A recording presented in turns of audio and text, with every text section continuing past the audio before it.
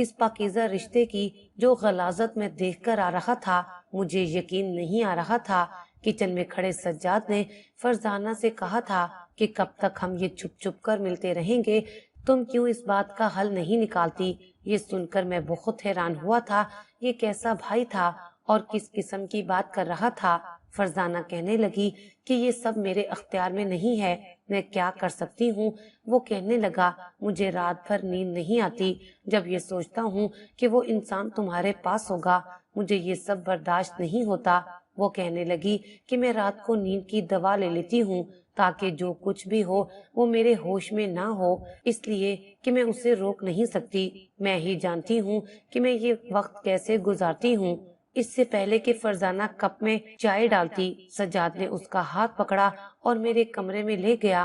کمرے کے دروازے کے لاک ہونے کی آواز سے میں سمجھ گیا تھا کہ اندر کیا کام ہو رہا ہے، لیکن وہ سکے بہن بھائی یہ گھٹیا کام کیسے کر سکتے تھے؟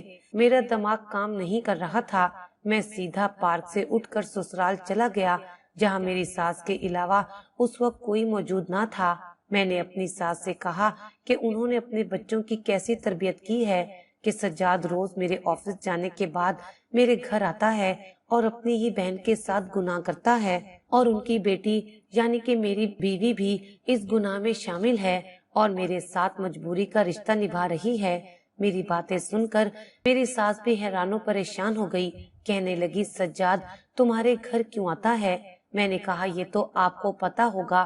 میری بات سن کر وہ اپنا سر پکڑ کر پھوٹ پھوٹ کر رونے لگی، کہنے لگی، اصل میں فرزانہ میری سکی بیٹی نہیں ہے، وہ لے پالک ہے، مگر یہ بات بھی چھپی نہیں رہی۔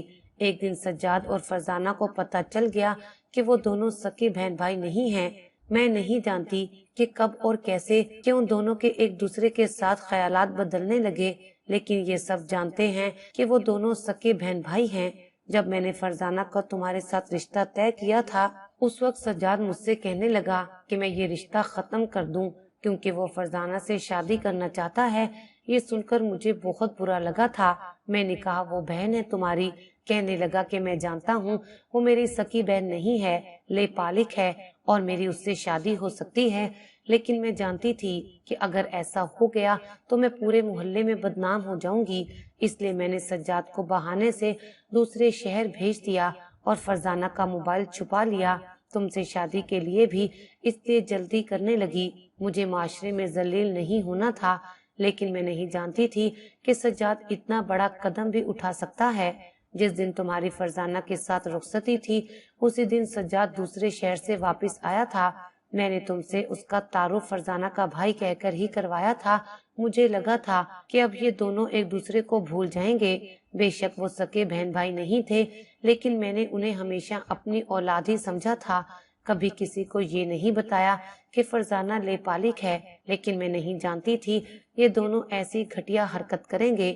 وہ اپنے دونوں ہاتھ جوڑ کر رونے لگی، کہنے لگی، میں تمہارے سامنے منت کرتی ہوں، مجھے معاف کر دو۔ اگر مجھے ذرا بھی پتا ہوتا کہ یہ دونوں گناہ کی طرف راغب ہو جائیں گے تو میں کبھی بھی تمہارے ساتھ زیادتی نہیں کرتی۔ میں وہاں سے واپس لوٹ آیا تھا۔ اس رشتے کی حقیقت بہت ہی گھٹیا تھی۔ میں نے گھر آتے ہی دروازہ بڑی زور سے بجایا تھا کیونکہ میں جانتا تھا کہ سجاد اس وقت میرے گھر میں ہی موجود ہوگا۔ دروازہ فرزانہ نے کھولا تو اس کی رنگت اڑی ہوئی تھی۔ میں گھر کے اندر آیا اور میں نے کہا کہ باہر نکالو اسے، جسے تم اپنا بھائی کہہ کر اس کے ساتھ گناہ کر رہی ہو، میں سب جان چکا ہوں۔ یہ سن کر سجاد کمرے سے باہر آ گیا۔ میں نے اسے کہا کہ اگر تم فرزانہ سے کوئی رشتہ قائم کرنا چاہتے تھے تو تمہیں سچ بتانا چاہیے تھا، تم اس کے بھائی کی حیثیت سے میرے گھر میں آتے تھے اور ایک گناہ کا ارتکاب کرتے تھے۔ تم نے تو میری نظر میں بہن بھائی کے رشتے کا تقدس ختم کر دیا ہے۔ یہ کہہ کر میں نے فرزانہ کو 3 بار طلاق دے دی۔ لے جاؤ ایسی عورت کو جس کے لیے اس کے شوہر کی قربت ایک اذیت ہو، مجھے اسے اپنے گھر میں رکھنا ہی نہیں ہے، کیونکہ میری نظر میں ایسی عورت کی کوئی اوقات نہیں ہے جو اپنے شوہر کے ساتھ بے وفائی کرے اور دوسرے مرد کے ساتھ گناہ کرے۔ اگر محبت تھی تو یہ لڑکی نکاح سے انکار کر دیتی، لڑائی جھگڑے کچھ بھی کرتی، لیکن میرے ساتھ نکاح نہ کرتی۔ میری بات سن کر وہ دونوں یہاں سے جا چکے تھے۔